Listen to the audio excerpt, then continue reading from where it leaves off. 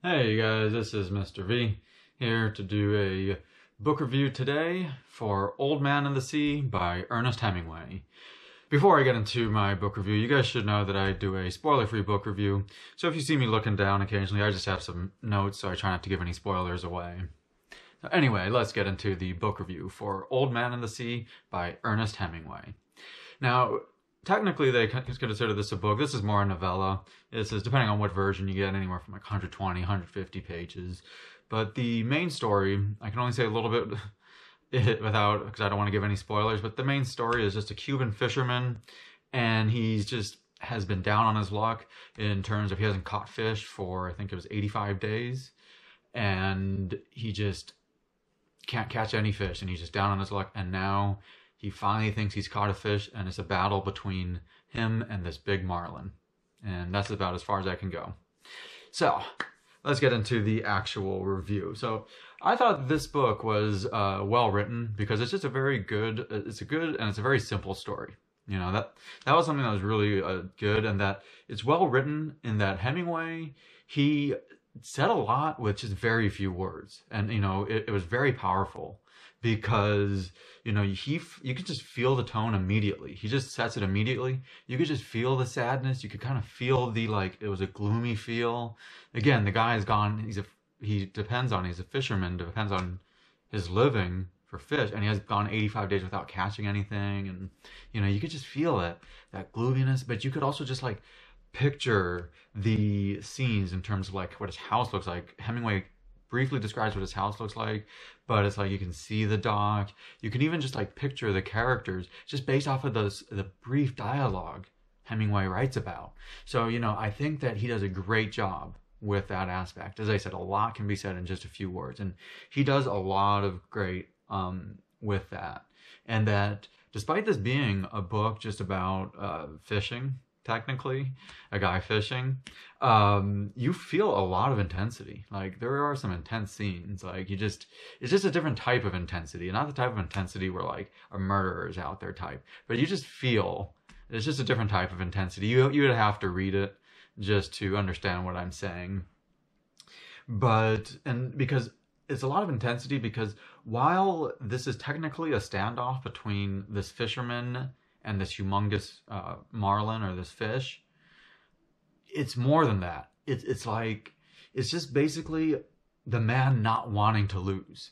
He has lost so many days in a row and not wanting to lose again. And like, it's just, you know, it's overall, you know, this, you know, I thought this was a really good book, but a lot of it was very philosophical.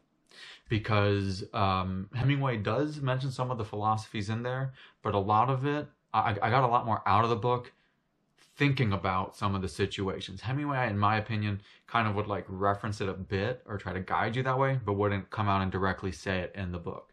As like some of the things that I thought of when reading the book is like what you would accomplish just with endurance, and like how you have to fight through your hard times, how skill is better than luck. He does say that in the book, actually. But that how you have to continue to use that skill when struggling, because luck can run out, but the skill, as long as you keep that skill, it will be good.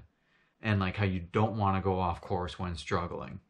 And, you know, that's something that I really thought of, because it's like, if, you know, sometimes if you go off course or you become too greedy when struggling, it can basically cost you everything and cost you way too much.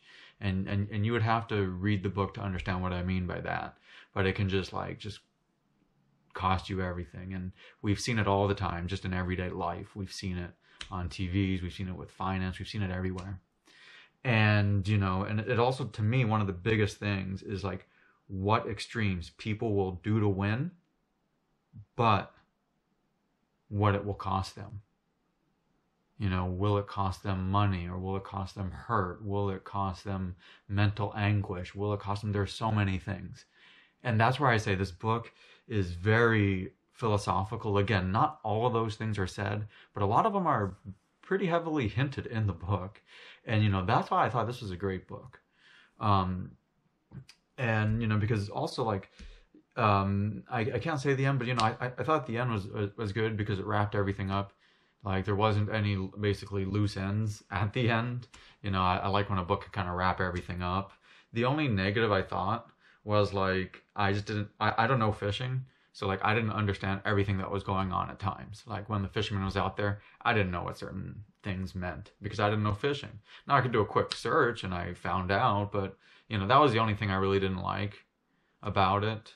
But everything else, you know, I thought was a lot of fun. And I thought the philosophical part was a lot of fun. And it also had a great quote. One of my favorite quotes is, "A man can be destroyed, but not defeated." You know, and I just, yeah, that one really hits home with me. So, you know, anyway, I'm going to give this book my official rating right now. Now, I always rate my books on a scale of 0 to 10. A 0 is an awful book. A 5 is an average book. And a 10 is a phenomenal book. Like, make that your next read type of phenomenal. Because again, a 5 is average, and I'm known to be a tough critic. If you look back at my other reviews, I'm very tough, to where it's hard to move up even 0.5 in my rating system. And again, a 5 is average. So, Old Man and the Sea, this one was a very difficult one to rate for me. Because the main story is very different than the overall philosophy of it. And the philosophy of it is one of the things that you kind of think of outside.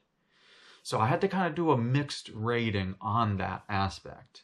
But what I'm going to do is I'm going to rate this. I would recommend this book, and I'm going to rate this book a 7 out of 10. And remember, a 5 is average, and I'm a tough critic, so it's hard to get to a 7. I almost rated it higher just because of how many of the philosophy things were great in there. But because Hemingway did not specifically state some of those philosophies, I did not rate it higher.